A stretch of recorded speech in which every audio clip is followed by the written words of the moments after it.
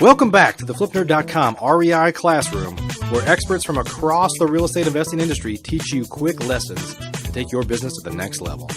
And now, let's meet today's expert host. Hello, this is Blake Yarborough with this week's episode of FlipNerd.com. Today I want to talk about what's my house worth? This show is sponsored by PassiveRental.com. People have this problem all the time running comps, and probably 80-90% of the comps are really easy to find. But we all buy properties in certain areas that there's just not a lot of comps. Most people most realtors have the ability to pull off MLS, that's multiple listing service. There's other services out there like Red Bell. Okay, you don't have to be a realtor to be a member of that. And you have search criteria that limit your search. A little bit different means the way they get their data. I'll let them worry about those details. But in short, between either one of these services, you can do some basic criteria of narrowing your search. First things first, you want to have like-kind properties. You want to compare them. Properties typically in the same subdivision, the same style, design and appeal, 1 stories versus 2 stories. I see people making errors all the time. They're comparing against houses that have granite and nice flooring to stuff that has linoleum and cheap flooring. So make sure your finishings and your upgrades are similar. And don't forget the age bracket. Let's say you got a 1982 house. Well, don't compare it to a 2010 house. Okay, there's got to be some adjustments there. Let's go ahead and working backwards. If you're age bracketing, try to have within, say, 10 years on either side. That ought to give you a good sample. So our 1982 house, you might take them from 72 to 92. Say if it's 1,500 square foot house, try to go 10 to 20%. On either side. So you might go 1,200 to 1,800. If you still have too many comps, narrow it down to 10% on either side.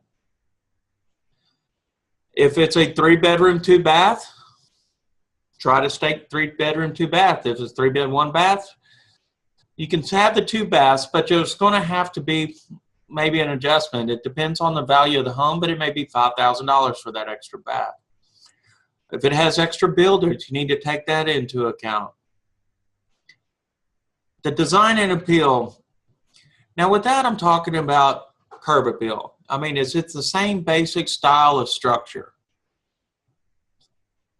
Over the years, some people have built some strange houses, very customized.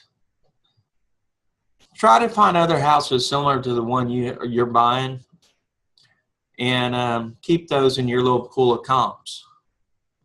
Now, when you've got a series of comps, what I personally like to do is throw out the high comp, whatever it is, and look at the next 3. I put granite in most of my properties, so I'm looking at the properties that have finishings of granite and nice flooring.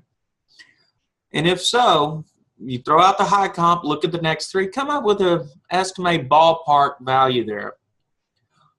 Also, when you're making these adjustments, you don't typically, if you ever look at an appraisal will never adjust for square footage, 100% cost per square foot, similar to the sales price of the houses. See, because every house there's a certain, before the house was built, there's a certain amount of value in the land, the utilities, the driveway, etc. 100 square foot house on $100,000 that's over $100,000 would sell for $1,000 square foot. 1,000 square foot house would sell for $100 square foot. You can't make that same adjustment all the way. So a smaller house will always sell higher cost per square foot than a larger house.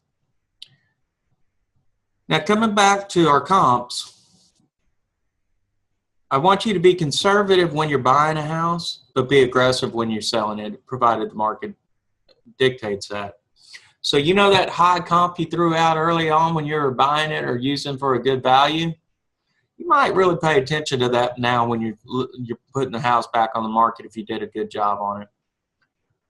But anyway, these are a couple little tips I had that I wanted to talk about standard neighborhoods with a lot of comparables. Now, there's other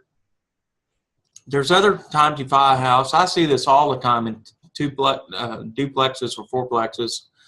But sometimes you buy in these little pocket neighborhoods that don't have a lot of comps, a lot of turnover, a lot of sales. So what you could do is, instead of just having the subdivision, or if it's an area like some of the areas I know around here in Houston that have a lot of small subdivisions in a general area, what you could do is then start pulling up key map page and grid. That'll be a 3 mile by 5 mile radius. And hopefully that gives you a bunch of comps. And then you can narrow it down from there by age, square footage, etc. And hopefully that'll help you go that. That's the whole key map page. I'm sorry about that. Key map page and grid would be, I think, a 3/4 of a mile by 1 mile. But, you know, you can also run into having it on the edge of one of those key map page and grids, so you might get the other key map page.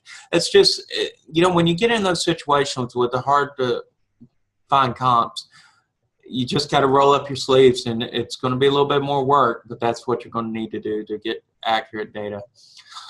Hopefully this helps. Hopefully it wasn't too confusing. This is Blake Yarborough with Capital Concepts signing off from flipnerd.com. Thank you very much.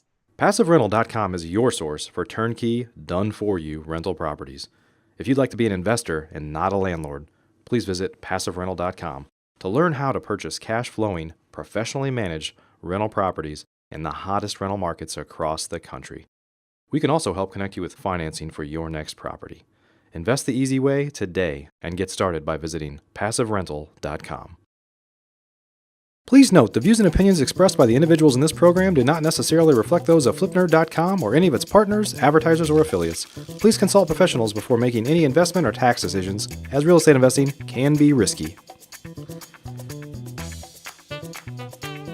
Are you a member yet of FlipNerd.com, the hottest real estate investing social community online? If not, you can join for free in less than 30 seconds and get access to hundreds of off-market deals, vendors in your market to help you in your business. And you can start networking with thousands of other investors just like you.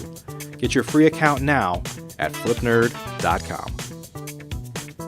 Please check out the FlipNerd family of real estate investing shows, where you can access hundreds of expert interviews, quick tips, and lessons from leaders across the real estate investing industry. They're available at flipnerd.com/shows, or simply search for FlipNerd in the iTunes Store.